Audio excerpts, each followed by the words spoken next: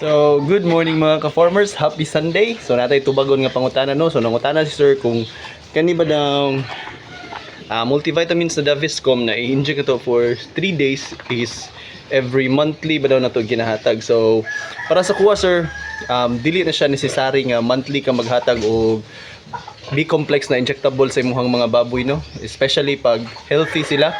Then, ginahatag na siya if makita nimo nga medyo hinay ang kaon sa imong baboy or kaya kanang gikan sila nagsakit para i-support ang ilahang kanang kaon nila. Then at the same time kanang bagong lutas, so katong nag-inject ko sir is bago to sila nga 1 week pa to sila gikan sa paglutas, so nakita na ko nga hinay lang kaon, so naghatag ko og B-complex sila ha. So depende po na sa imong practice sir, pero dili gyud siya necessary na monthly ka maghatag og vitamins, especially kung healthy mong baboy and everyday mong punta naghatag og mga food supplements sila ha. Pareha sa kuha sir mo na kung gamit karon Vitamin Pro, so every hapon ko naghatag sa ila ha.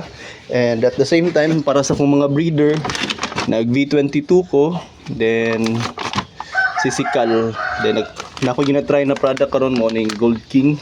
So dili gyud siya necessary na maghatag ka every month sir, at as long as healthy og paspas mo kaon nimong mga baboy, then happy farming sir. Unta natubag na ko yung pangutana. Bye.